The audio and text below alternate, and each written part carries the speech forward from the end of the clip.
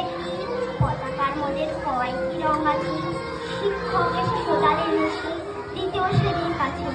একসাথে মিলে সব ছেলে বলে চিৎকার করে জোরে, তিনটি বন্ধ রয়েছে রাঙানো জাতীয় পতাকা জুড়ে।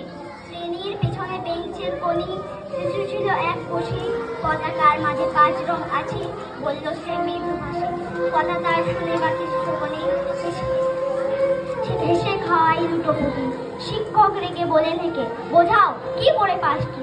মাথা নিচু করে ভয়াত্ম সরে সরো শিশুটি বলে উপরে গেরুয়া মাঝখানে সাদা, সবুজ আছে তার তলে, আর আছে আঁকা গোলাকার চাকা, নীলে রং আছে।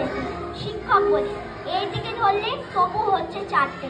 অবশ্য শিশুটি বলল তখন রং আছে আর এক লাল লাল ছোপ দেখা যায় ওই পতাকার মাঝে। বাবাকে যখন আনলে ওরা কপিলের ঢাকা খুলে জড়ানো রয়েছে দেওঘাটার পতাকা আর রক্তের দাগে ছিল লাল ছোপ ওই পতাকার মাঝে। এই নিয়ে মতো 5টি।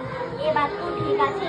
সরল শিশুটি জবাবখানি কাঁপিয়ে দিল বুক, অস্ত্র নয়ন ভরে শুকনো হলো মুখ।